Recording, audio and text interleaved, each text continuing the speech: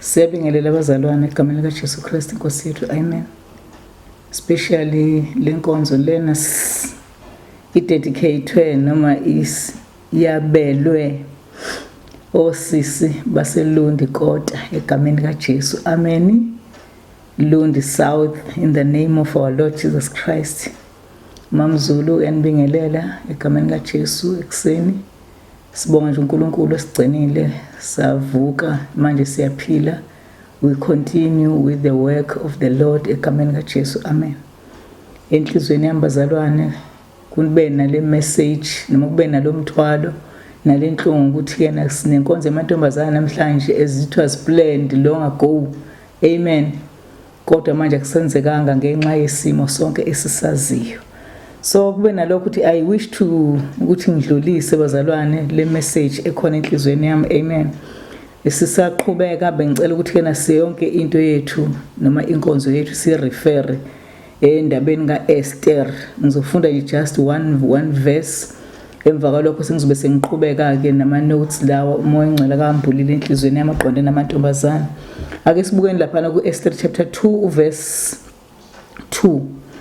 Elithi Bible, then the king's personal attendants proposed, let a search be made for a beautiful young virgins for the king. Amen. Sizogcina kulelo verse kodwa bese siyaqhubeka ngegama likaJesu. Amen. Kunalokho bazalwane ukuthi kena mhlambe as a topic yanamhlanje kule nkonzo yasekuseni ngoba sizobe sibe nayo futhi neyantambama egameni likaJesu ukuthi as a girl usindisiwe ukhona ekhaya kini ukhona endlini kaNkulunkulu, let your presence be felt. Amen. Contributor as a girl towards the crack of the nation. Ngoba kuyabonakala ukuthi izwe line crack kodwa wena ke ntombazane contributor ngokuthi kube khona okufakayo ukuvala lemfantu lena evulekile esizweni sikaNkulunkulu. Amen. Let's go back to Esther. Esibuke ulo sisi lona kuthiwa Esther simbuke as a beautiful young virgin for the king. Amen. Nathi ke as amantombazane sikule period asikho ku space bazalwane, but we are in the presence of the Lord. Sikhona ebukhoneni bikaNkulunkulu, masisebukhoneni bikaNkulunkulu kunabantu ke abakhonza uNkulunkulu. Amen. This time was programmed by God himself. Singasoli lutho ukuthi why kube njena emhlabeni, uNkulunkulu lento wayiprograma long ago. Amen. But let's see ourselves singamantombazana ukuthi kena singena kanjani kule political arena. Yini into elindelekile kuwena as intombazane ebandleni noma esizweni noma ekhala kini. Amen. Ake sibukeni iphuzu lokuqala sibuke ukuthi wena njoba uEsther kade simfunda ukuthi yena why she was a beautiful girl, wayebukeka, nawe zazi ukuthi yena uyintombazane ebukekayo futhi you are beautiful before the Lord. That is the point number 1. Number 2, lithi iBhayibheli uEsther vele asifundanga yonke into kodwa siyamazi wayephansi kwesandla sikaHegai. Look yourself being under the guidance of the Holy Spirit phansi kwesandla sikaNkulunkulu. That is verse 3 ochaza leyo nto leyo ukuthi uEsther wayengaziphile nje impilo yakhe kodwa wayephansi kwesandla sikaHegai. Number 3, this Hegai had a title yokugcina abantu besifazane. Futhi lo baba lona wayenayo title, wayene character ethile yokuthi yena athi look after the girls. Lo baba ke lithi iBhayibheli wayenezinto zokuqhola azama perfume, wayenezinto futhi ezenza ukuthi intombazane ibe yinhle njengoba sisenza nje nobuso bethu babe bahle nemlomo yethu bemahle namashebe. Naye ke lo baba lona wayenazo lezi zinto lezi zokulungisa amantombazane abukeke kahle. Amen. Number 4, uMordecai ke singambuka. uMordecai uvela yena as umalume walentombazane uEsther. Amen. Mordecai kungaba ibandla, umzali wakho kwezika spiritual ngoba nje wasisibelonga nje under ama local churches. Sinomarjisi ibandla lethu liuMordecai ilona elisigadile nesigayidayo endleleni ukuthi siphila kanjani. Lithi iBhayibheli ke mase siqhubeka lo Mordecai wamondla lo ntombazane Esther engenayise engenanina. So nathi we are wholly dependent upon the church. Ubuntandane bakho ukuthi wena awunamama awunababa buyafihleka uma uwena ungaphansi kwesandla sebandla. Amen. Sikhula nje sonke nje wasingaka nje asinababa asinamama bashona bebancane kodwa nje wasisebandleni nje sinakho ukuthi ke ukhona umama ukhona ubaba ukhona ubanibani enkonzweni. Amen. Akusibufili lobu buntandane uma singaphansi kwesandla sikaMordecai. Amen. Pause number 8. How do you behave among the girls? Lithi ke iBhayibheli masimbuka uEsther lithi iBhayibheli ngesikhathi beselectwa ke bezoba amantombazane under isearch ngoba kuzosearch ukuthi ubani ozoba indlovukazi. Amen. So lithi iBhayibheli kwakunamantombazane awu7 ayikhona.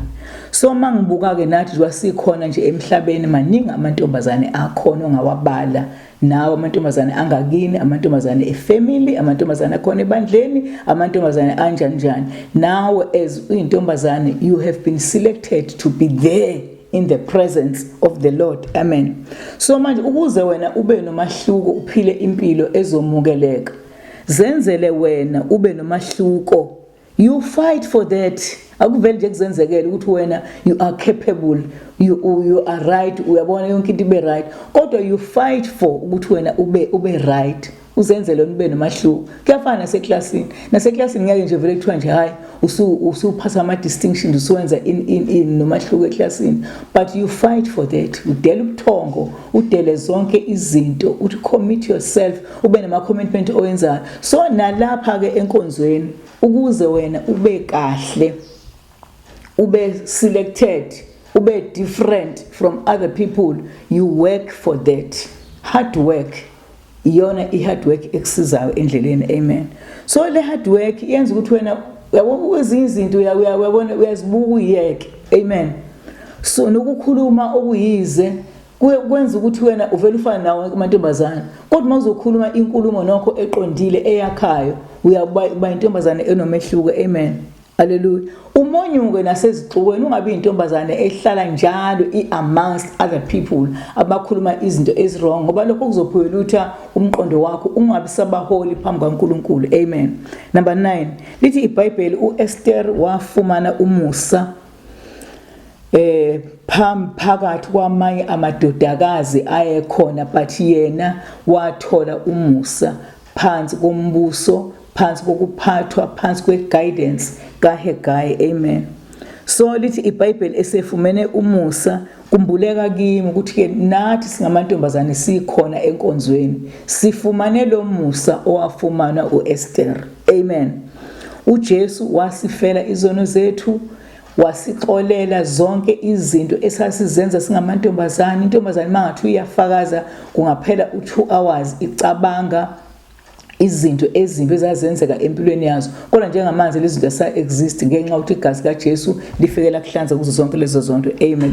Lezo zono wakuzenza. Amen. So this girl was now entrusted. Now you are entrusted. Jubula enkonzweni nje uNkulunkulu uthembe wena ukuthi wena uzokwenza umehluko phakathi ebandleni uzokwenza umehluko futhi nasekhaya kini. Amen.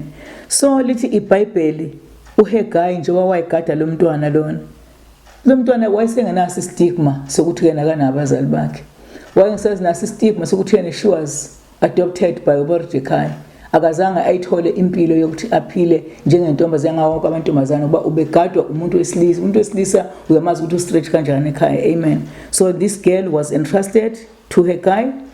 She pleased him. Number 2 Twalithi Bible. Number 3 verse 9 lo she won his favor.